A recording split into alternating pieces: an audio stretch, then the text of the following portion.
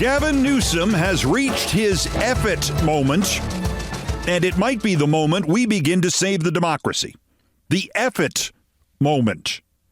I will explain presently, but first there is an immediate and urgent question, and it is less what made Gavin Newsom step up, then step up even higher the second time. It is more, why haven't any other Democratic so-called leaders followed Newsom over the top into no man's land, even though he went first and discovered there are, about 100, 200 million Americans just standing there waiting for somebody to lead them against Trump. If you missed Newsom's Eff-It speech, and trust me, I did, its only failure was its rollout, I'm going to play the whole thing at the end of this first segment because it was that good. 8 minutes of escalating, but still suppressed, righteous indignation bordering on rage. 8 minutes building towards Eff-It, of which I think I am still the official East Coast Exclusive Distributor. I think I know my 8-minute suppressed, righteous indignation Eff-It speeches, and that one was outstanding. But consider the larger context. Newsom's emergence, and this is a stupid analogy, but somehow it works, was like a caterpillar emerging as a gigantic butterfly. A butterfly equipped with nukes. A stealth bomber butterfly. And that was just last Friday, with his threat to crash Trump by withholding all of California's federal taxes, all $692 billion worth. The economic civil war game ender I've been advocating out here in the wilderness for a decade. Hey, I have an idea. Only then the stealth bomber butterfly says, wait, I'm not finished yet. And he goes back inside the cocoon for a minute and he comes out even larger with more nukes. And now he is the resistance. He is the Democratic Party. He is the hope to save America. All of what has been missing in a Democratic Party that runs the gamut of political imagination lately from A to B. All of that is missing. The rest of the alphabet has somehow wound up in Gavin Newsom. A week ago, Gavin Newsom was posting a podcast in which he interviewed, seriously, quote, Dr., unquote, Phil McGraw. Dr. Phil, a week ago. Dr. Phil, who then rode along on the ICE Gestapo raids of civilians here in America. A week ago, Gavin Newsom was platforming him. June 4, Glad Hand interview that utter fraud Phil McGraw after Glad Hand interviewing Newt Gingrich, Michael Savage, Charlie Kirk, and Steve effing Bannon. Steve effing Bannon. June 6, respond to Trump's threats to kneecap California by threatening to lead a tax strike. By itself, the most liberal, progressive, in-your-face political protest proposed in this century. June 7, June 8, June 9, come back and top it. Top the tax strike with calling the bluff of these Halloween mask bullies. Like this idiot dementia J. Trump and Tom Homan, who's really tough now that he has a beard. Then June 10, give this speech. That's a hell of a week, Gavin.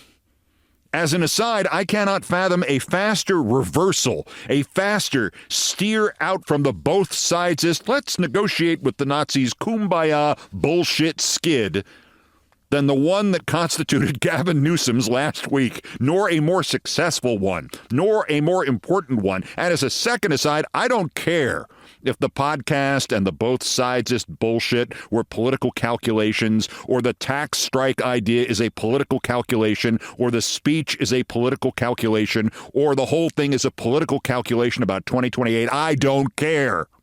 To quote Lincoln about General Grant, I can't spare this man. He fights. And again, it's not as if what he did was the Daffy Duck. First, drink some nitroglycerin, a goodly amount of gunpowder, some uranium-238, shake well, strike an ordinary match, and, girls, you'd better hold on to your boyfriends. It's that Gavin Newsom in 5 days did more practical damage to Trump and even more importantly gave more practical encouragement to Democrats, big D Democrats and small d Democrats alike, and our allies and our friends around the world. He did more good than the rest of the zombie Democratic Party has done since Joe Biden was elected. That reality, that the playing field wasn't just tilted or stricken or empty, but completely denuded of everything, plays its part. Nothing makes you stand out better. Nothing makes your courage an A+, even if it might really only be a B- in other circumstances. Nothing makes that stand out if there is only a blank canvas behind you. Obama on Trump's dismantling of democracy? Well, he put out a couple of tweets defending Obamacare. Chuck Schumer? He's convinced Trump will destroy himself and has apparently taken a year-long vow of silence. Kamala Harris? You can tell me you had forgotten about Kamala Harris, hadn't you? I had. Hillary Clinton? A couple of passable one-liners. Pete Buttigieg? Oh, he grew a beard, too. A protest beard or a hockey playoff beard. I'm not sure which. Josh Shapiro? The exception to this, of course, is Bernie Sanders and Alexandria Ocasio-Cortez, who went out there and rallied people and have fought the good Eff-It fight. But unlike Newsom, they bluntly were not simultaneously blessed and cursed by the politician's worst enemy and his best friend, events.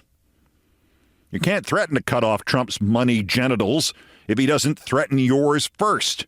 And you can't dare his Himmler to arrest you if he doesn't threaten to arrest you. And you can't give a speech condemning Trump if you aren't his target. And you can't do any of that without the heft or impact unless you are a governor. And not just a governor, but the governor who happens to be in the eye of that moment's storm. On the other hand, you can't be any of those things if you are Chuck Schumer, useless, unimaginative, self-interested, insisted it is still really 1996 and we're just going to get back to normal, and most of all, inflexible. The background to Newsom's week was his recognition that he had been going at the wrong speed, in the wrong direction, on the wrong track. To get to Eff-It, you have to travel there first in your mind, and you have to be willing to actually go there and say, maybe it's time to say the F word. Chuck Schumer is 25 meetings with consultants and 10 weeks of field research and at least one phone call with Ezra Klein before he is in the same time zone as the general vicinity of nearly within a day's ride of the suburbs of Eff-It. I think you cannot reach Eff-It utterly insincerely.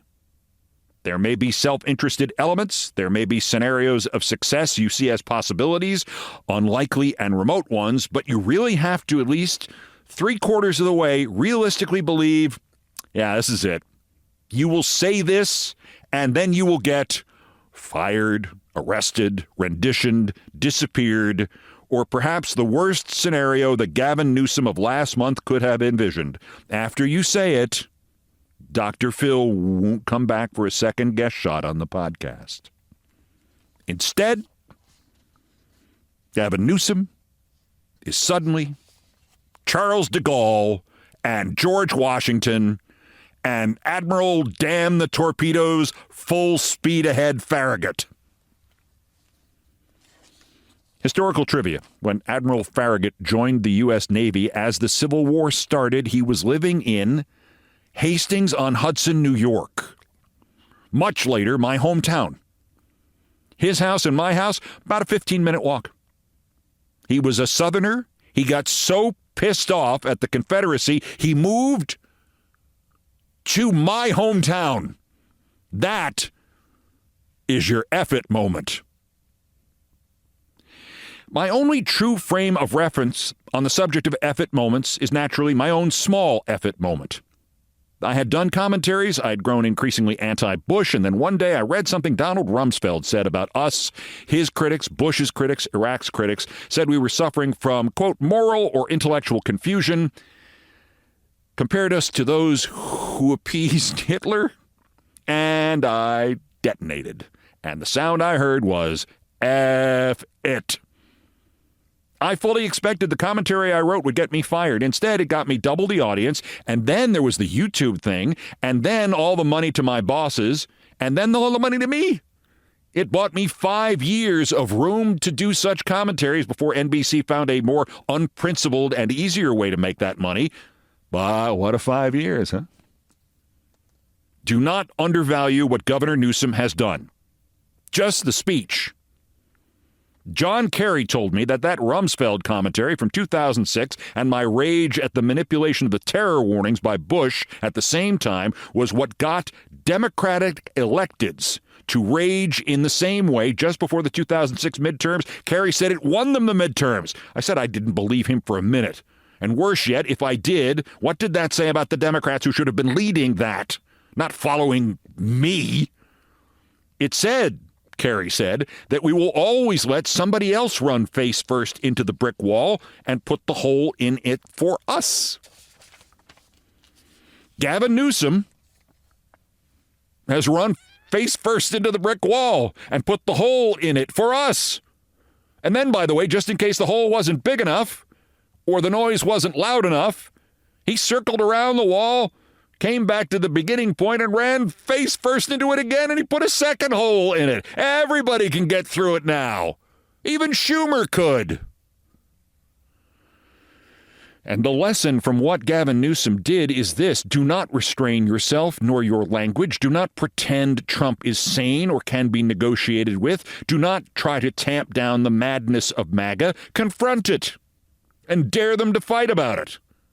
And always be animated by that one guiding principle, the one lesson first learned somewhere by one of our caveman ancestors who hit the bully in the head with a rock. The lesson that guided George Washington. The lesson that guided Admiral David Farragut of Hastings-on-Hudson, New York. And the lesson that clearly has guided Gavin Newsom. The one guiding principle. Eff-It!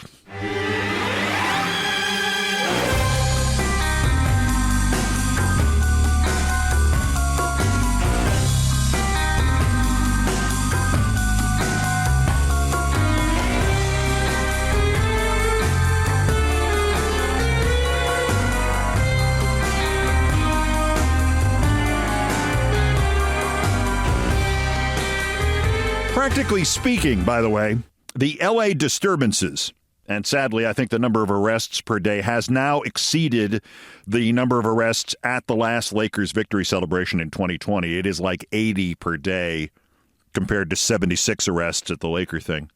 Practically speaking, the L.A. disturbances after Trump's terrorist attack, his domestic terror attack against L.A.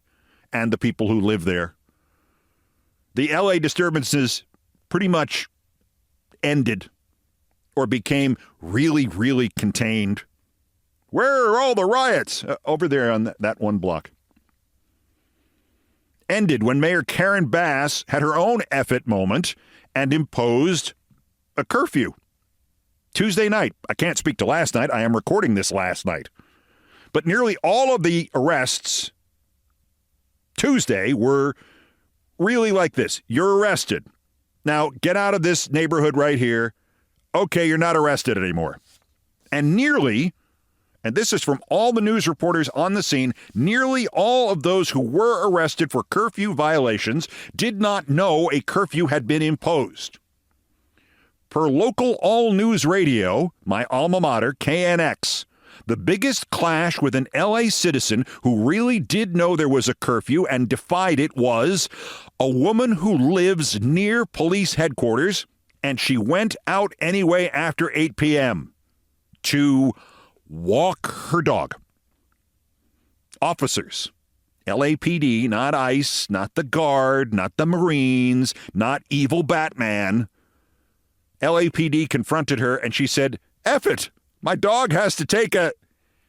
With Southern California practicality, an underrated thing, she says a cordon of officers then walked with her and her dog, the breed name has been changed to protect the innocent, until the dog stopped. She says she and the officers, all of them in their riot gear, then all waited and watched and stood around and looked until the dog pooped. And then she gathered it up And then they all escorted her and the dog and the bag of dog poop back to her apartment. This is not to say it won't get worse. This is a domestic terror attack. Trump will try it again. If not in Los Angeles, he will try it again somewhere. He may try it again today. He may have tried it again between the time I recorded this and the time you listened to it. This is to say, though, that nothing will make Trump look more foolish than a situation that has been resolved by a mayor with a curfew before his stormtroopers can get off their transports. Or nothing will make him look more stupid that when those stormtroopers hit the streets of American cities, they will find the biggest damage they have to deal with is unauthorized dog shit. And by the way, that phrase, which I won't repeat, that's what this all looks like to America. Don't bother with what they're telling you from the polling at CNN or ABC or CBS or NBC. Talk about dog poop. YouGov for CBS News, still alive, defiantly alive, pretending that Edward R. Murrow is the president of news now. YouGov polling for CBS on this fascist wet dream of the last week. Do you approve of deploying the National Guard to L.A.? Approve, 38%. Disapprove, 45%. That is underwater by 7. Do you approve of deploying the Marines to L.A.? Approve, 34%. Disapprove, 47%. That's underwater by 13. I've said before, Trump does not need non-MAGA support, and that remains true. What he's not getting here is full MAGA support. You can't have a 34% approval on one of your policies and not have a significant number of your supporters opposing it, knowing it is wrong, knowing it won't work, knowing it will not end well. 1/3 approval on these moves means there are Trump supporters who are backing away. The first hearing today, incidentally, is on the Newsom suit to rule the usurpation of his control of the California National Guard, which is the law. The usurpation of that is illegal. That is what he wants from the court, and he wants them ordered dispersed or returned to the governor's control, which is what the law says. And there is a hearing upcoming on the bid to stop Guard or Marines from going along with the ICE crews, the Gestapo, on raids. Leave that to the professionals. Dr. Phil. In the interim, the other biggest news story in Southern California, the thing they go to, or yesterday anyway, went to after the latest from the 1-block-long protest. It's quiet here. It's been quiet for several hours. There's a guy over there standing. Oh, no, he's waiting for the bus. In the interim, the other biggest news story in Southern California appears to be word that sewer taxes, this is serious stuff, sewer taxes are going up in Santa Monica. Oh, no. Where will Stephen Miller stay when he goes back to his hometown?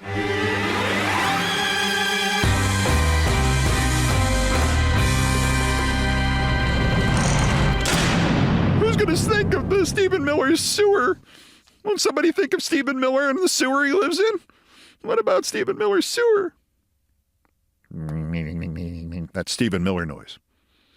Now, more as promised about Newsom and the speech. And before I play the whole thing, make no mistake about it, some of Trump's dumber slaves have now confirmed Newsom is the new target.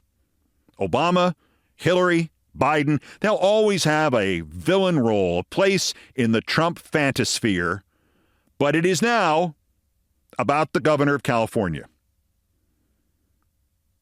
This has been the watershed week. Listen to that stupid witch, Kristi Noem. Governor Newsom has done a disservice to the state of California for many years. The people there should never elect him into a leadership position ever again. The governor's a nice guy, but he's grossly incompetent. Terrible when it comes to his. By the way, did you hear her through the deviated septum there?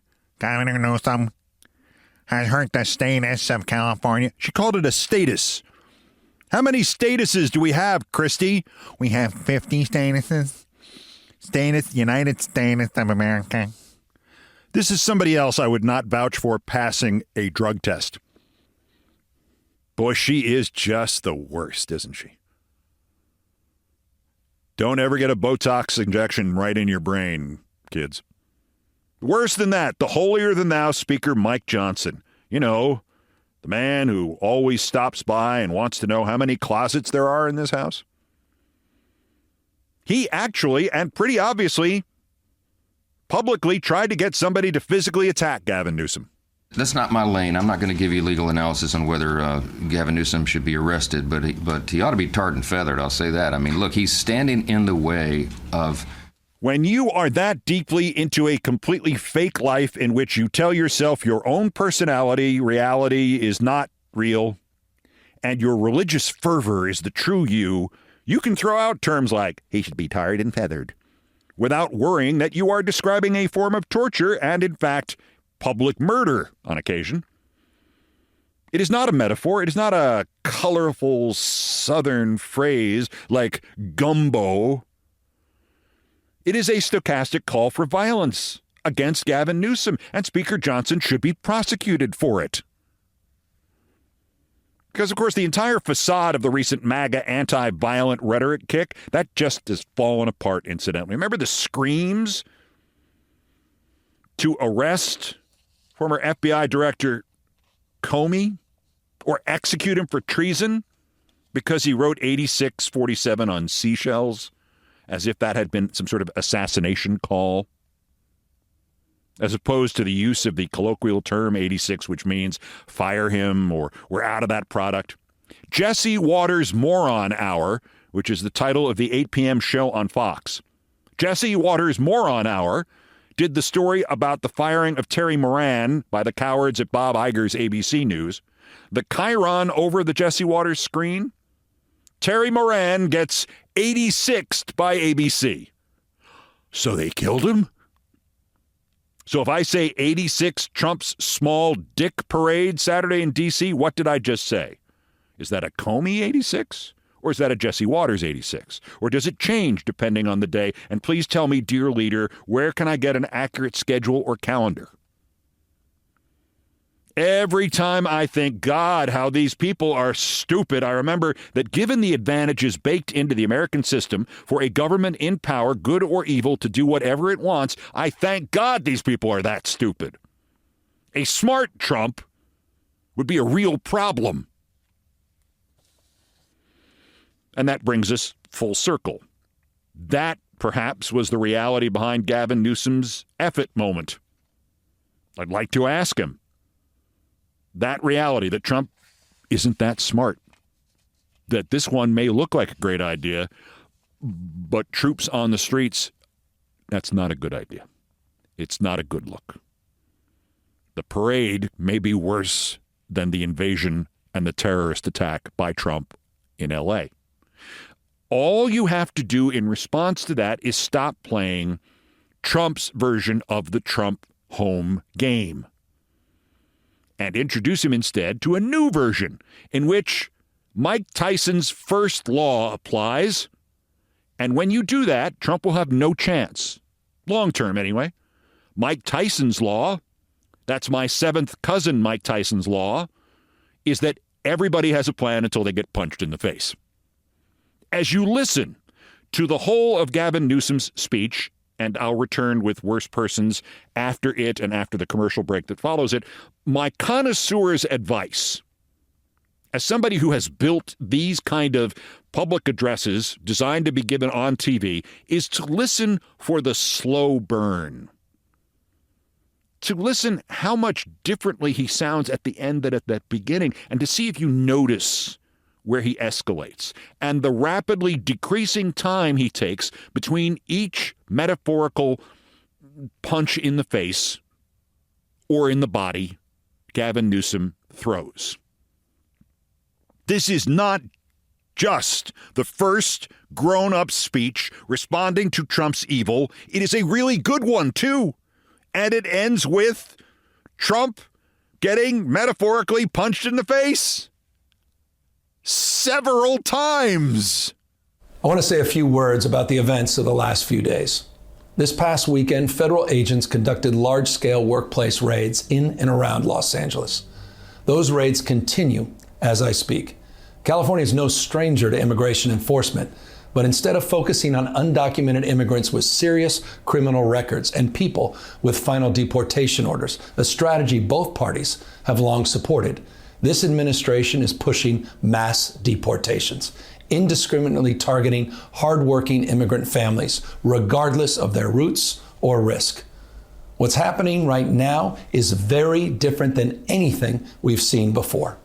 On Saturday morning, when federal agents jumped out of an unmarked van near a Home Depot parking lot, they began grabbing people, a deliberate targeting of a heavily Latino suburb. A similar scene played out when a clothing company was raided downtown. In other actions, a U.S. citizen, 9 months pregnant, was arrested. A 4-year-old girl taken. Families separated. Friends quite literally disappearing. In response, everyday Angelenos came out to exercise their constitutional right to free speech and assembly, to protest their government's actions. In turn, the state of California and the city and county of Los Angeles sent our police officers to help keep the peace. And with some exceptions, they were successful. Like many states, California is no stranger to this sort of unrest. We manage it regularly and with our own law enforcement. But this, again, was different.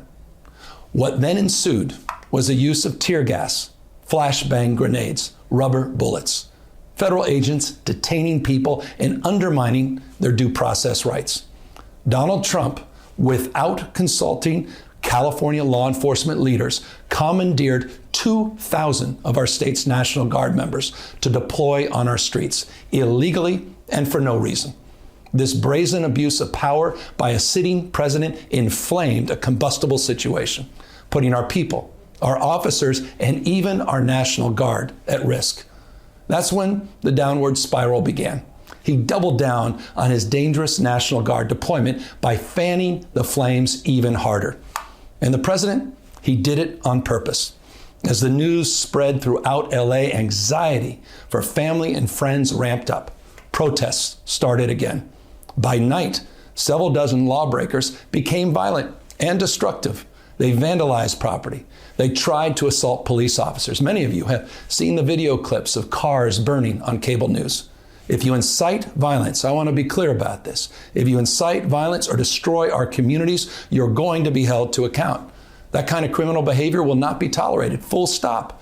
Already more than 220 people have been arrested, and we're reviewing tapes to build additional cases, and people will be prosecuted to the fullest extent of the law.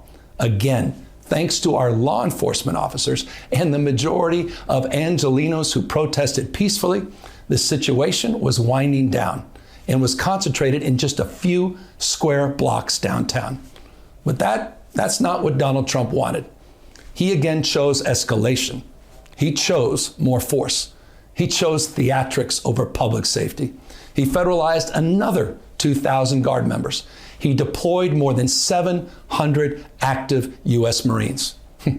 These are the men and women trained for foreign combat, not domestic law enforcement. We honor their service. We honor their bravery. But we do not want our streets militarized by our own armed forces. Not in LA, not in California, not anywhere. We're seeing unmarked cars in school parking lots, kids afraid of attending their own graduation. Trump is pulling a military dragnet all across Los Angeles, well beyond his stated intent to just go after violent and serious criminals. His agents are arresting dishwashers, gardeners, day laborers, and seamstresses. That's just weakness masquerading as strength. Donald Trump's government isn't protecting our communities. They're traumatizing our communities. And that seems to be the entire point. California will keep fighting. It will keep fighting on behalf of our people, all of our people, including in the courts. Just yesterday, we filed a legal challenge to Donald Trump's reckless deployment of American troops to a major American city. Today, we sought an emergency court order to stop the use of the American military to engage in law enforcement activities across Los Angeles. If some of us could be snatched off the streets without a warrant, based only on suspicion or skin color, then none of us are safe. Authoritarian regimes begin by targeting people who are least able to defend themselves, but they do not stop there. Trump and his loyalists, they thrive on division because it allows them to take more power and exert even more control.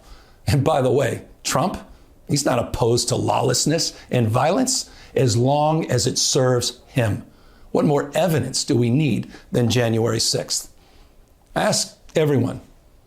Take time, reflect on this perilous moment. A president who wants to be bound by no law or constitution, perpetuating a unified assault on American traditions. This is a president who in just over 140 days has fired government watchdogs that could hold him accountable for corruption and fraud. He's declared a war on culture, on history, on science, on knowledge itself. Databases, quite literally, are vanishing. He's delegitimizing news organizations, and he's assaulting the First Amendment. And the threat of defunding them, at threat, he's dictating what universities themselves can teach. He's targeting law firms and the judicial branch that are the foundations of an orderly and civil society. He's calling for a sitting governor to be arrested for no other reason than to, in his own words, for getting elected.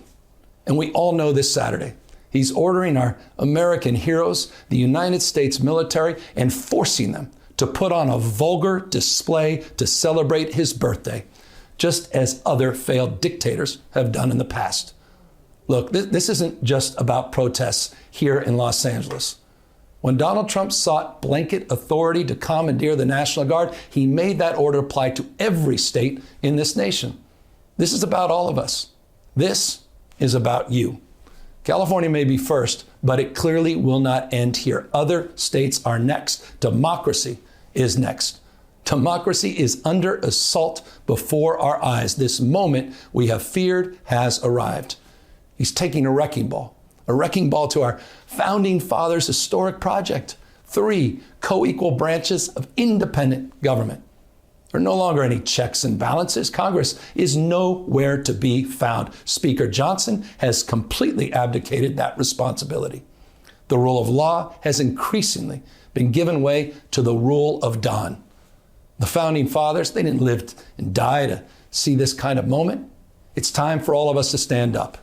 Justice Brandeis, he said it best. In a democracy, the most important office, with all due respect, Mr. President, is not the presidency, and it's certainly not governor. The most important office is office of citizen. At this moment, we all need to stand up and be held to account, a higher level of accountability. If you exercise your First Amendment rights, please do it peacefully. I know many of you are feeling deep anxiety, stress, and fear, but I want you to know that you are the antidote to that fear and that anxiety. What Donald Trump wants most is your fealty, your silence to be complicit in this moment. Do not give in to him. This is Countdown with Keith Olbermann.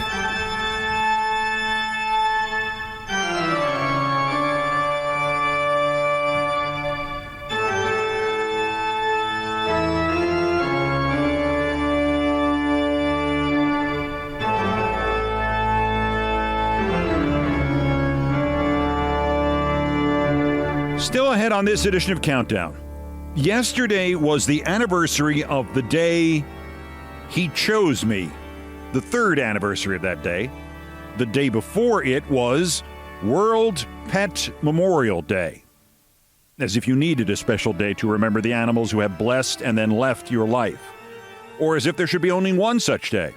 Good news, in fact, there is a National Pet Memorial Day in September as well.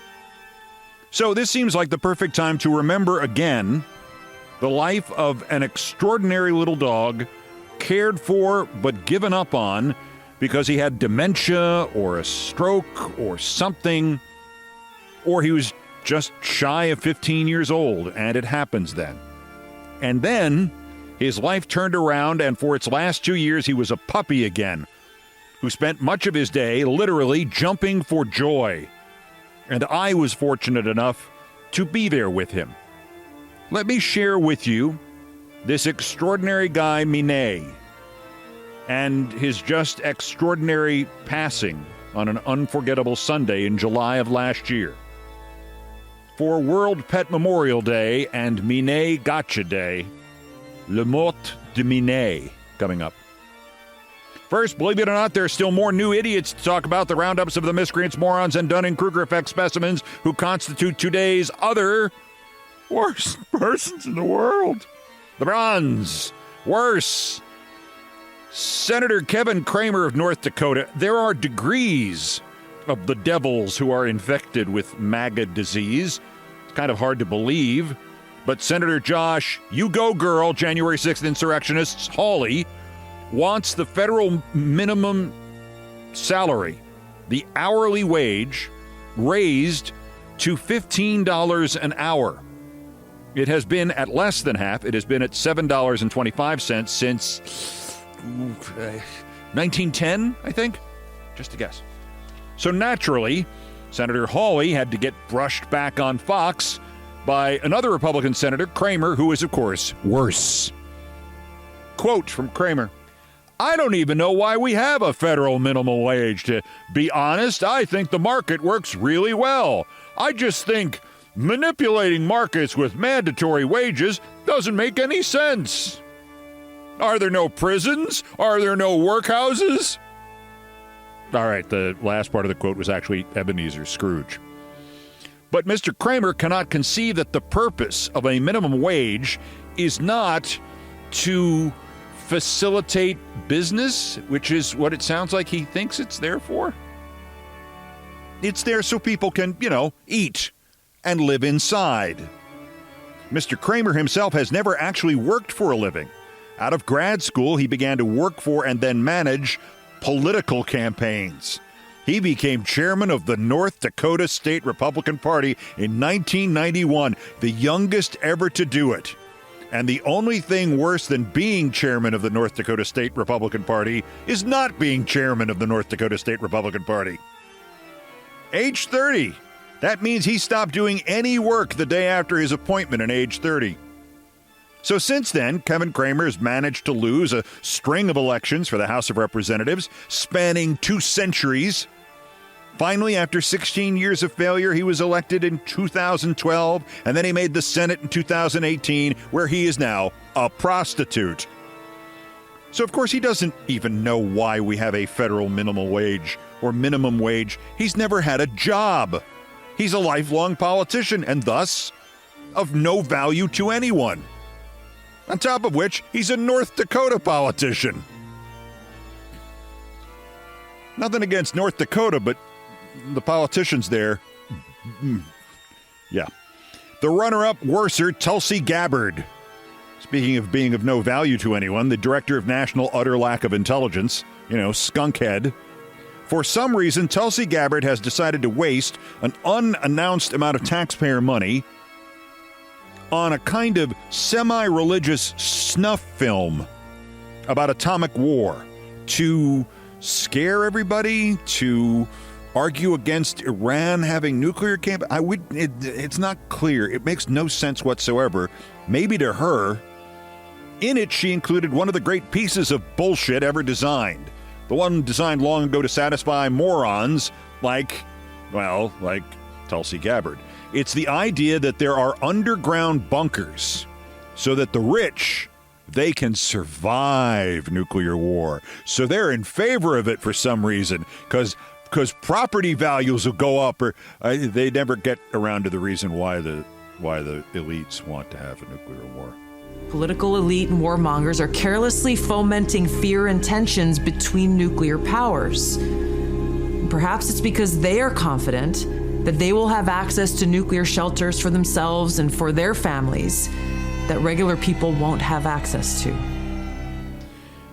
Yeah, sorry, Tulsi. If you aren't killed by the impact of an ICBM or a nuclear blast, no matter how close it was to you, or by the radiation making its way anyway into your bunker, you would be stuck underground in your bunker for quite a few decades till the radiation died down.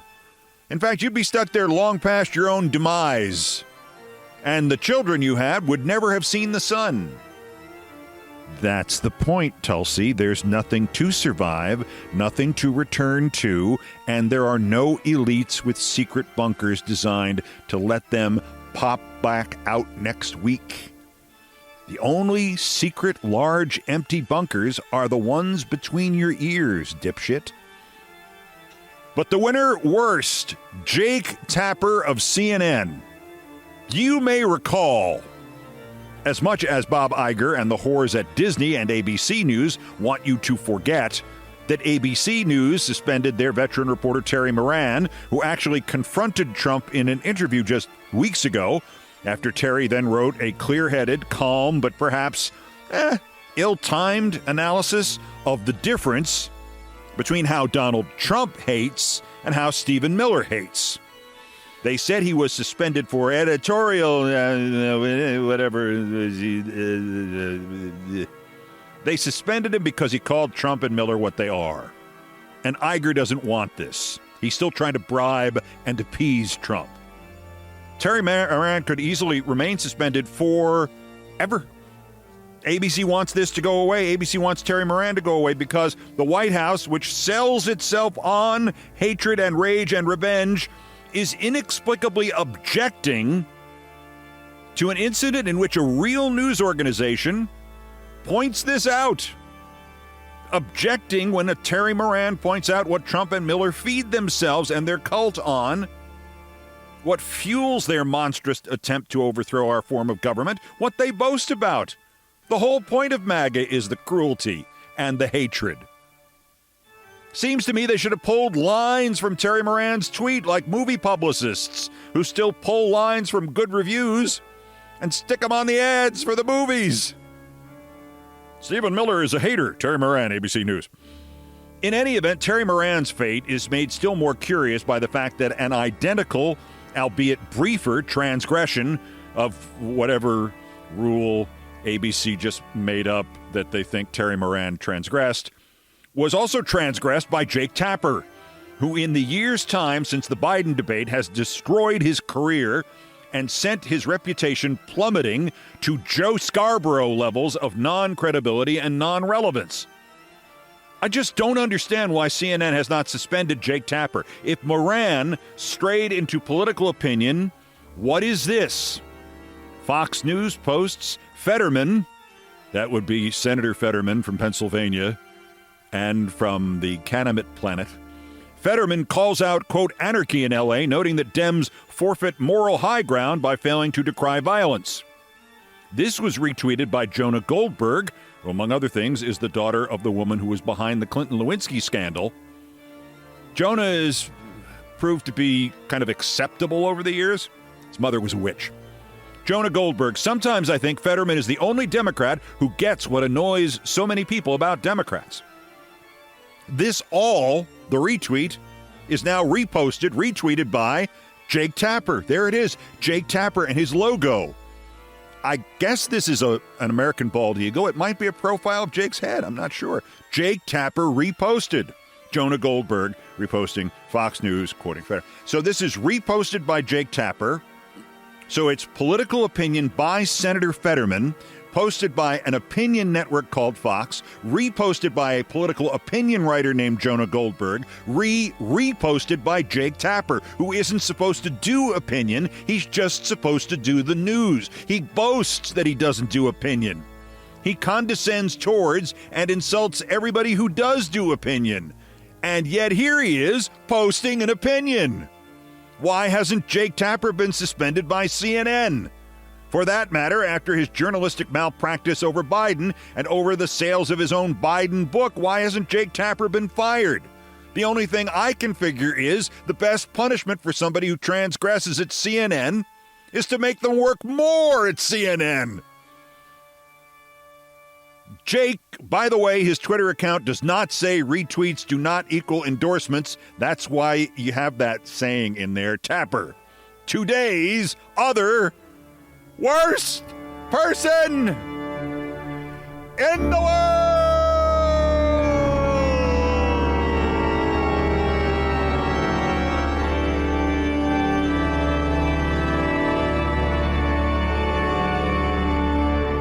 I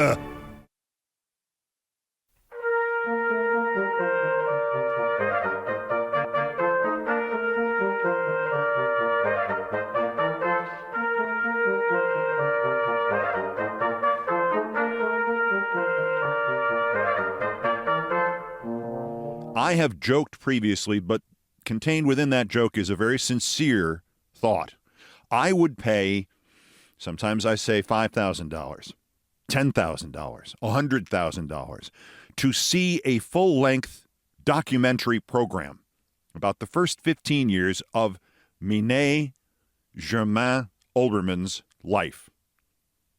I know he was born in New York on July 15th, 2007, and that you helped me celebrate his 17th birthday just a week and a day ago.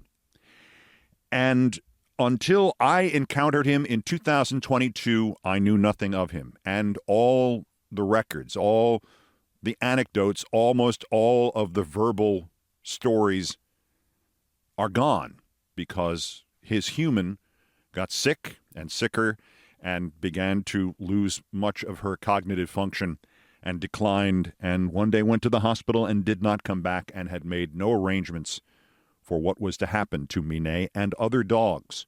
She had at least 2 Malteses. We don't know what happened to them. I've heard stories that suggested they were left to fend for their own in an apartment for a while.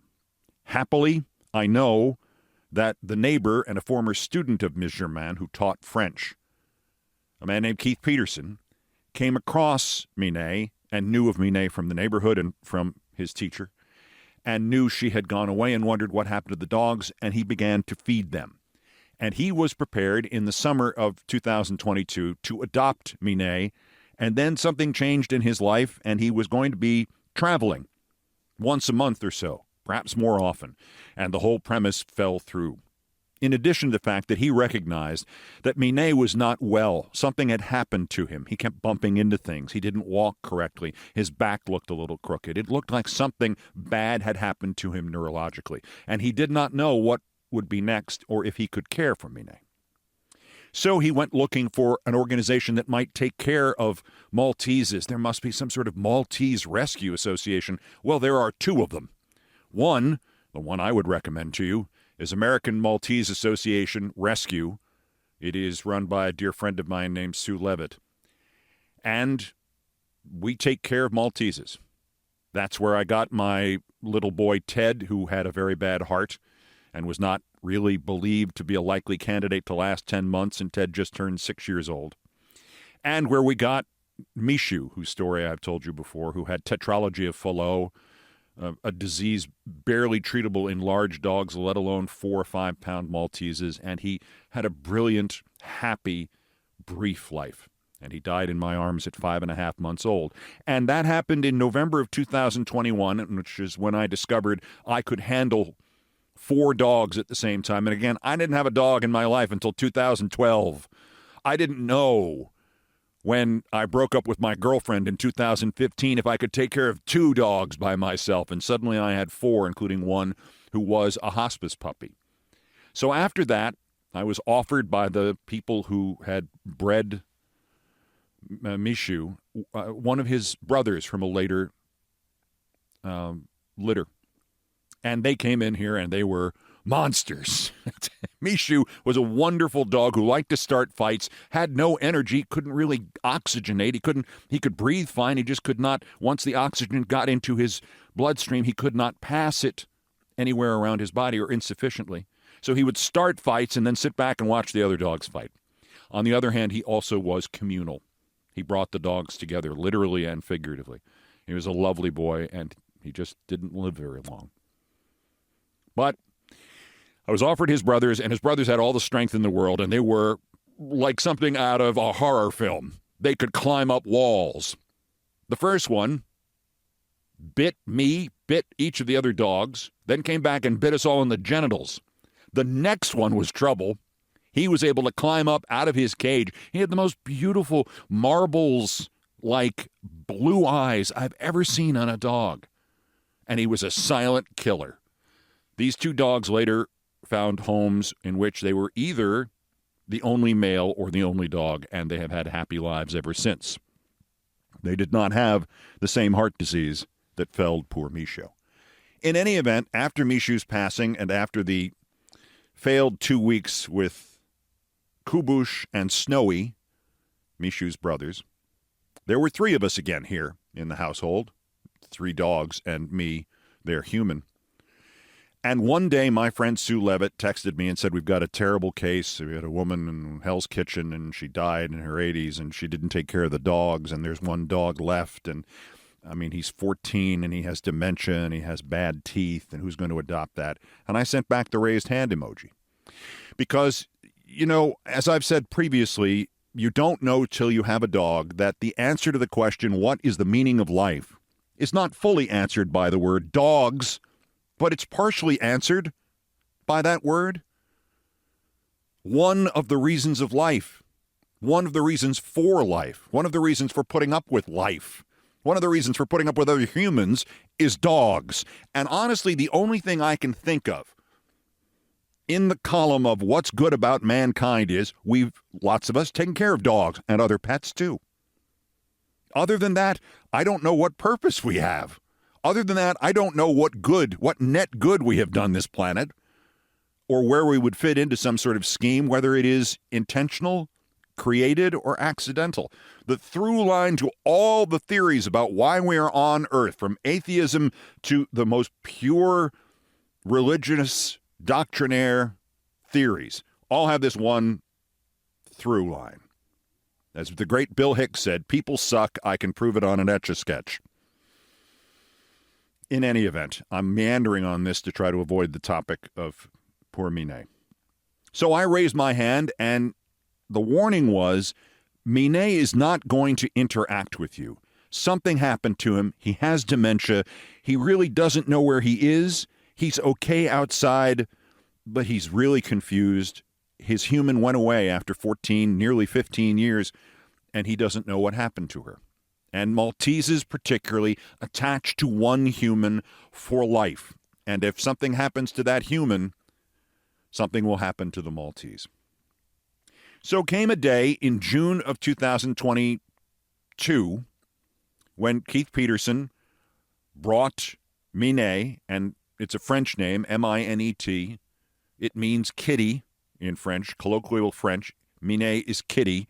And as I said right then, this must have led to extraordinary confusion in his first 15 years. Something else to put in the documentary. Minet and Keith Peterson and I met up outside one of the entryways into Central Park, and I picked Minet up and sat him on my lap and noticed 2 things. One was his teeth smelled from a distance, from feet. They were so bad away, from feet away. His teeth smelled. He was a thin dog, but not scary thin. He just was very, very wiry. And he was standing there on my lap, and he decided he didn't want to do that anymore, so he leaped to the pavement. And I thought to myself, let's not leave him up in places where he can leap, because he doesn't have any idea when not to leap, which proved to be another through line in his existence. So fingers crossed, and hoping to improve his lot for however many months or years he had left, in came Minet to join the rest of my pups.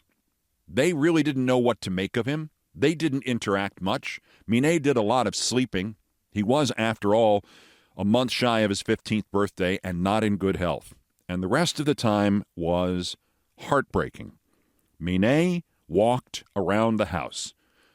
Always this could be said of him. He did his steps, and he hydrated a lot. He must have walked every day 1 mile or 2 miles indoors. And sadly, when he got here, you could have traced the pattern, having watched him do it once or twice, exactly where he would walk in my apartment, where he would bump into walls, and it became pretty evident to me that he was retracing the steps at Madame Germain's house, that he could not adjust to a new apartment. He could not adjust to new walls. The other dogs, well, there were other dogs, but they weren't the right dogs. And then there was the smell of his teeth. My vet came to look at him, and Minet slept a lot and didn't really interact. He ate pretty well. He ate okay. And then my vet came in and said, I'm looking at his teeth, and some of these teeth are in such bad shape that I'm afraid they will begin to infect his airways. There's no sign of this spreading. His heart is great. His heart is extraordinary for a 14, 15-year-old dog. It would be a good heart for a 6-year-old dog or a 6-month-old dog. He's got a strong ticker. He's going to live a while. But these teeth will kill him if you don't do something about it. I think you need to get a hold today of the veterinary dentists, the dental experts at the Animal Medical Center. In the interim, I think I can take a few of these teeth out right now with a little topical and maybe just my fingers. I've been through a lot with my dogs, and I've been surprised at how much I have been willing to be there for them when they have been in excruciating pain or fear. This is the only time in 12 years with dogs that I had to leave the room. The noises Minet made when he had barely spoken before, when he never barked. Howls of incredible pain and fear, and she only took out 3 or 4 of the teeth that were literally loose to the touch. So she stopped after, I think, 6, and then we went into the Animal Medical Center, and all his teeth were removed. I had my other dogs checked. Some of them lost half of their teeth. My little girl, Rose, had no symptoms of it, but she had advanced periodontal disease. She was very sick. She was about to be in the same situation Minet was without symptoms. It would have happened overnight. We took out half of her teeth. She woke up from the anesthesia. All of her allergies disappeared. Within weeks, her curvy puppy figure was back, and she was 8 years old. I went into my dentist and I said, hey, I need to be about 20% smarter. Can you pull some of my teeth out? And the guy goes, I've got very bad news for you. You have an absolutely clean checkup. And I said, this is the first one since 1968. Sorry. Minet, having had all of his teeth removed, woke up from the anesthesia, came home to my house, fell asleep, woke up again. Now it's about 8, 10, 12 hours after we got him back from the hospital, and he got up, left the little bed in my bedroom next to my bed, and wandered out and came over and started to stare at me like, who the hell are you? Or, since I always envisioned him speaking in a French accent, who the hell are you? And he looked at the other dogs like, who the hell are you? Where am I? And where did these other dogs come from? It was instantaneous. Minet did not have dementia. He might have had a little. He was the equivalent then of a 95-year-old man. He might have been a little slow. I know this hasn't been a topic anywhere in public discourse lately. He might have been a little slow. But the problem he had was he had these terrible teeth. And the moment they were out and the blood stopped, which was pretty quick, he started to get younger. And I mean, he started to get younger every day. He was a little sharper, a little bit more interactive, still on his own, still sleeping 16, 18 hours a day in a bed that I found for him by accident that he treated like the womb. He would curl up in there, and the blissfulness of his sleeping experience made me jealous. And then I took him out for the first time because my last experience with him was he jumped off onto the hard pavement outside Central Park. I don't know if he's a good walker. His serenity upon hearing the sounds of New York City is indescribable. A look would come across his face, and whereas indoors he didn't really particularly like you picking him up or holding him, and he certainly didn't like a vet prying at his teeth or anything like that, if you wanted to pick him up and sit him on your lap as long as you were on a park bench, he was the happiest creature on this earth.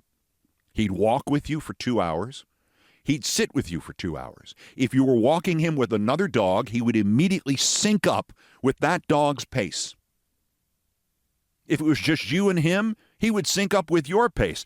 I swear there were times when I had not stopped or slowed down, and he was slowing down because he knew I was going to. And gradually through that winter and into the spring of 2023, he got more and more interactive. 0.1% every day. Other dogs walk to pee or to poop. Minet walked to walk and to walk with you or walk with another dog. An extraordinary creature. And finally, not long after his 16th birthday last year, the most extraordinary thing I have ever experienced with my dogs, and the first time Stevie ever relieved herself on a walk, it was under a marquee that read Fox News. And I picked her up and said, I will always love you. So I've seen some extraordinary things, even though I only have 12 years in the world of dog. The most extraordinary thing I ever saw began sometime in the late summer last year, maybe about this time, right after Minnie turned 16. I saw it briefly out of the corner of my eye and didn't believe what I'd seen. The stripes on the New York City streets are crosswalks. They're almost a barber pole effect, usually white on the black tarmac surface, and sometimes the stripes are 2-3 inches thick. And Minnie was seeing them with his one really good eye and leaping over them. Consider this for a second. Minnie had been, a year before, unable to negotiate his way around a new apartment, half because of vision problems, half because of neurological problems that were, in fact, dental problems, almost 100%. And now he was, for some reason, leaping in the air. I thought he was sick. I thought there was some new neurological problem. And then he did it again on a different stripe. And then he did it again up onto a curb. And then we went out on a walk, and he did it 10 times, and I began to hear people laughing behind me and getting over my natural paranoia, thinking, what's on the back of my pants? I realized people who were not expecting this were seeing this tiny, skinny, 8-pound dog who sometimes had to wear a sweater in the summer, jumping up in the air, sometimes reaching, I would say, 10 inches off the ground. Last October, I ordered, God help me, a selfie stick. I wanted to see from his level what in the hell he was doing and try to figure out why. I put the selfie stick and put the phone on it, hung it down at his level, and sometimes I shot in slow motion and sometimes in full speed, and I recorded Minnie. And I saw something even more startling. There was no question that this was premeditated and intentional, and he was enjoying it because after each jump, he would locate the camera and look at it and stare it down like James Harden, the basketball player, backing away after a successful shot. What do you think of that, pal? Minnie, of course, without any teeth, had a tongue that hung out of his mouth, adding to his extraordinary cuteness, and this leaping ability, which got better and better the more he tried it, and it was clear he must have done it before you don't suddenly, after years of neurological problems, decide to start becoming an Olympic jumper at 16, at the equivalent of 95 now as a dog, as a human years. He would do this 40 or 50 times on a trip. Sometimes when there were no white stripes, when we weren't crossing anything, when we were in the park, he'd jump over the grooves in the pavement. And I discovered from the videos and from careful analysis that he had 3 different jumps. He had your standard, I'm running and moving fast and I'm using my own propulsion to just spring upwards and then down and stick the landing, by the way, each time. And he had another one where he knew he was going up onto a curb, and he angled himself. His launch angle, baseball fans, was about 5% higher. And then he introduced the third one, the standing jump. He'd be walking across the street and stop and see how far he could go without any momentum. He did this all of last winter. As spring approached, it became evident he was beginning to slow down a little bit of his own accord as his 17th birthday neared. And he didn't do as many jumps at first. His extraordinary longevity and his extraordinary stamina on walks continued. If we wanted to go to 2 hours in the park, sure. Maybe you could give me a lift going up the hill. That was his only problem. And the leaps became fewer and farther between, and sometimes a little shorter, and sometimes when he wasn't quite in the mood, he'd just do a little hop. He'd just clear it basically to say, yeah, I can still do this. And then on he'd go. The most extraordinary thing I have ever seen with a dog. And I saw Stevie poop under the Fox News sign.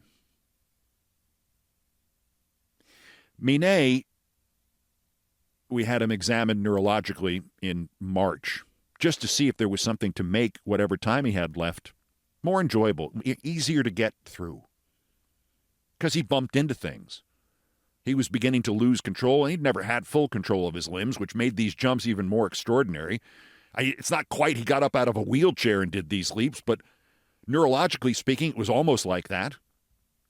The neurologist had no explanation for this other than he liked it. A very good reason to keep doing it.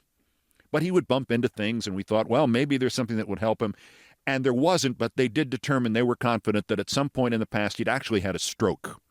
So he had a little dementia and a stroke, and he was an Olympic-level hurdler and leaper. He began to bump into things a lot more in the last few months. And I thought, what do I do about this? Well, I'm the only person, I think, in the city of New York whose walls are baby-proofed at a height of about 4 inches or so. They worked wonderfully. Now when he would bump into a wall, instead of maybe getting a concussion, he would just bounce into some rubber foam. In fact, he learned how to, when he didn't have full control of his legs, guide himself along by putting his head intentionally against the rubber foam and just kind of pushing. He ate like a horse without teeth. He loved the soft meals that I got for him, and he thrived on them. And he would still eat the hard treats that he liked, the kibble, and often he would take a piece of kibble and put it in the water bowl, let it soak for a while, and come back for it later and suck on it like a cough drop. Dementia my ass. It's one of the smartest beings I have ever met in my life. I don't think I was honest with myself about how Minet began to slow down early in the summer. We didn't get to walk that much because we went directly from spring into hell this year in New York, as I'm sure you've experienced too. It got really warm really fast. He didn't like really warm and he didn't like really cold. Well, hell, he was basically 100 years old now.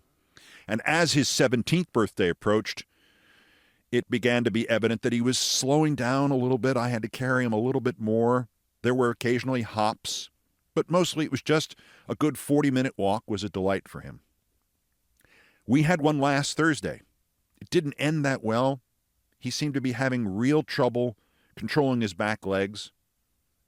Of course, when I got him home, the back legs had gotten stiff and he was kind of folding over them. I got him home. He was fine. He walked around the house for 2 hours. But he didn't eat that night. And he didn't eat Friday. And he was listless.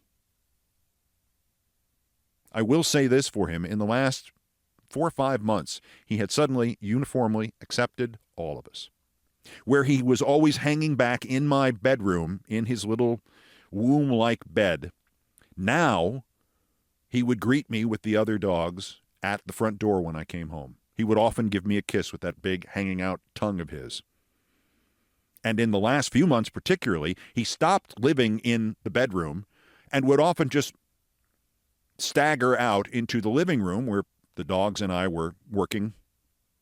I was working, the dogs really weren't. I have to confess that. He would come over and give me a kiss on the ankle.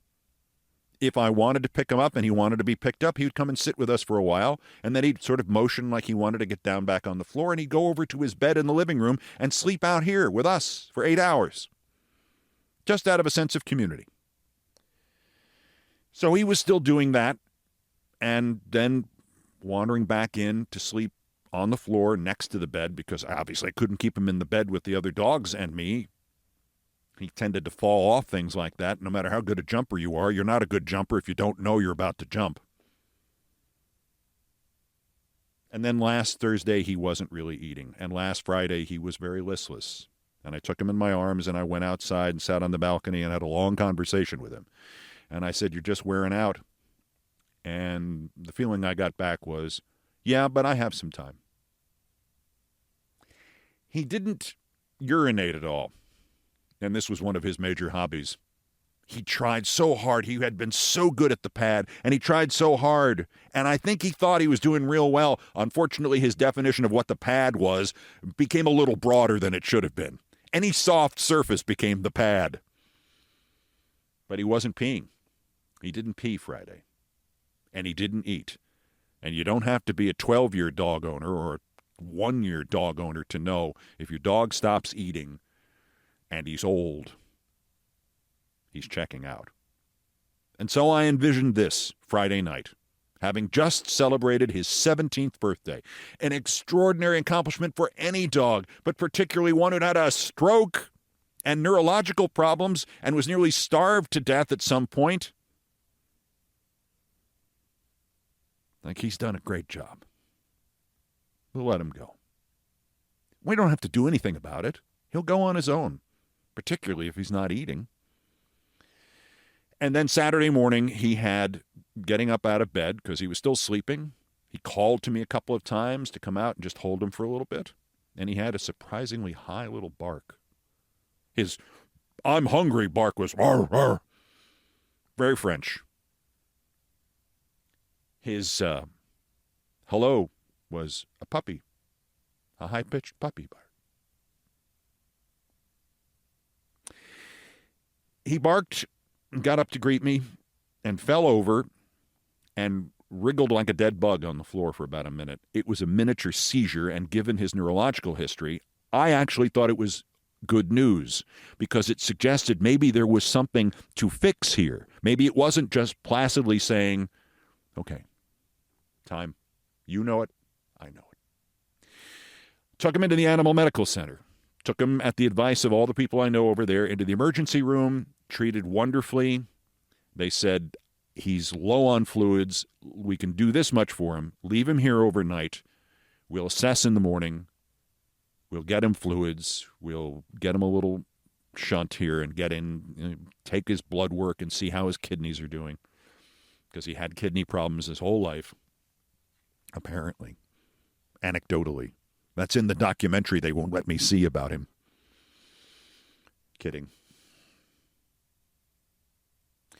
Sunday morning, I got a phone call saying he'd had a good night. Nothing had changed. He wasn't any better. He wasn't any worse. He was alert. An hour later, I got a call from the internal medicine people who had taken over his case from the emergency room. They said, no, he's not. Things have not gone well. His kidney values are down to 0. His temperature is down. He's developed a heart murmur, and his heart was his strongest organ. He's not really responding. He's not standing on his own. You ought to consider this is the end. And you may want to hasten the end because there's no evidence it hurts. But if your organs are going to start shutting down, it may begin to hurt fairly soon and in very, very unpleasant ways, in addition to the fear and the shock and the confusion. And so I made the decision to do that. Sunday afternoon, I went over, picked him up, and thought, well, it's not like there's a rush here or anything. What is it he likes most in the world? Outdoors in the city. Near the Animal Medical Center is the 59th Street Bridge, or for you out-of-towners, the Edward Koch Bridge, Queensboro. We don't even like to call it the Queensboro Bridge. That's for people in Queens. Us Manhattanites, we call it the 59th Street Bridge. There's a song, the 59th Street song. 59th Bridge strong song. So we went and sat in the new park that they built in some, I don't know, I think abandoned exit from the FDR Drive. And the breeze was perfect. It was a little warm, but the breeze was perfect. And Minet, barely able to raise his head, sat there and took little sips of water from water that I put on his tongue with my finger. And he would stretch, stretching like he was asleep and just stretching, getting comfortable and sitting there with me and communing. Supposed to be there, I think. My plan was, I guess, half an hour or an hour and then take him inside and give him the medication that would end his life. Well, we were there 3.5 hours. Again, what's the rush? There is, I will say this, For any dog owner who worries about their dog, and I shouldn't say owner, anybody owned by a dog who worries about their dog, there is an extraordinary liberation to a time like that. Make it 3.5 hours. Take him out of the hospital. What's the difference? Give him a cigarette. You're not going to hurt him. That's what I said. They said, well, if he has another seizure, bring him back. I was like, why? What's going to harm him? We want him to die painlessly. That's all I'm concerned about. Is he in pain? Doesn't look like it. So we sat out there for 3.5 hours, and it was a period of time with no fear or anxiety or stress or how can I screw this up? And he seemed to enjoy it too. The breeze was wonderful. He always loved the breeze in New York City. And the sounds of the FDR Drive and the river and the bridge and the tram going overhead, my God.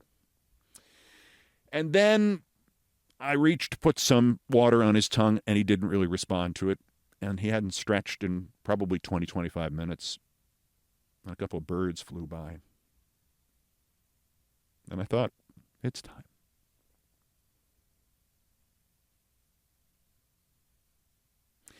The rest of it, if you've ever been through it, fairly routine. Minet, good to the last drop, gets the injection, and one last convinced moment that he was at the pee pad. He peed on my pants. I actually smiled. He broke the tension.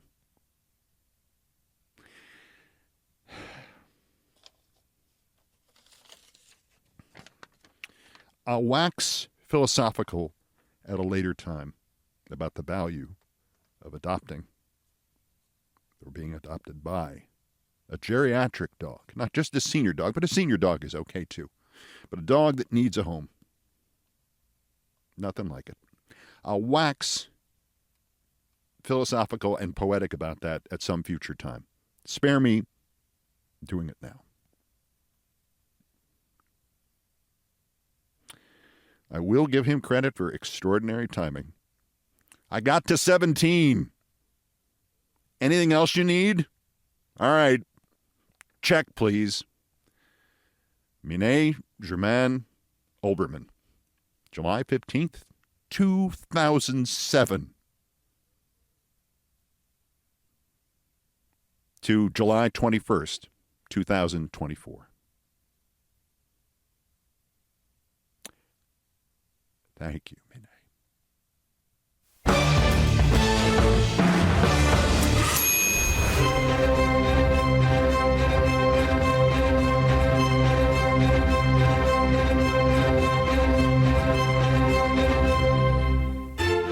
My tattoo of Minet here on just below my right wrist shows him in the middle of one of his leaps.